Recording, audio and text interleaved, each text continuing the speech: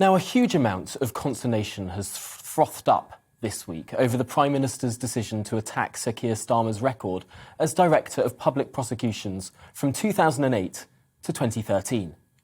Using parliamentary privilege, the Prime Minister said that Starmer was a former Director of Public Prosecutions who spent more time prosecuting journalists and failing to prosecute Jimmy Savile.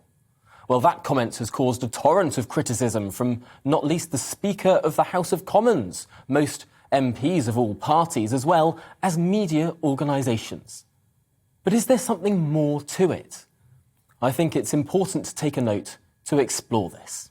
Now, of course, the first thing to say here is that Sir Keir Starmer was not personally involved in the Crown Prosecution Service's failures over Jimmy Savile. He was not the reviewing lawyer for that case. However, he was head of the CPS at that time. Let's look at the timeline. Surrey Police first received an allegation of Savile's history of sexual assault in 2007, the year before Starmer became a Director of Public Prosecutions in 2008. However, Savile was first interviewed under caution in 2009, while Starmer led the CPS. Savile was not arrested and no prosecution was brought despite 4 complaints. The process, of course, involved a CPS reviewing lawyer. Now, again, it's important to stress that Sir Keir Starmer was not individually involved here, but he did head the organisation. In fact, years later, he commissioned a review into the whole affair, which found that both police and prosecutors did not take allegations seriously enough. As reported by the BBC back in 2013, Director of Public Prosecutions Keir Starmer apologised, accepting the review. Starmer said he wanted the case to be a watershed moment. That's a report from the BBC. Now, the question here is, where does the buck stop?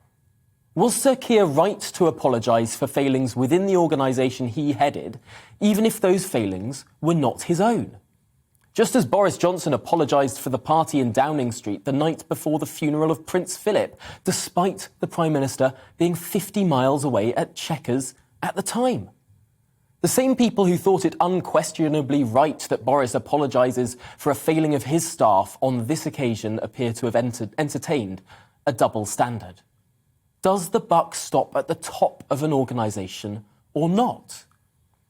I can't help but think that the reaction to this story has been a little overhyped, a little hysterical, with some outlets going out of their way to fail to understand why it is that this might have been brought up. Very regularly, we expect CEOs or leaders of all kinds to take responsibility for the actions of their organisations. Yet, in this one case, the media consensus is peculiarly that it is now absolutely wrong to do that. All I ask for is a little consistency. Does the buck stop at the top or not? Ultimately, perhaps the Prime Minister might have avoided all of this by simply saying, quote, "The organisation the honourable gentleman led failed to prosecute Jimmy Savile, rather than the individual." Well, rather than leaving it to that interpretation that, of course, Starmer was personally involved in the case, as it stands, this has become an almighty and unnecessary mess.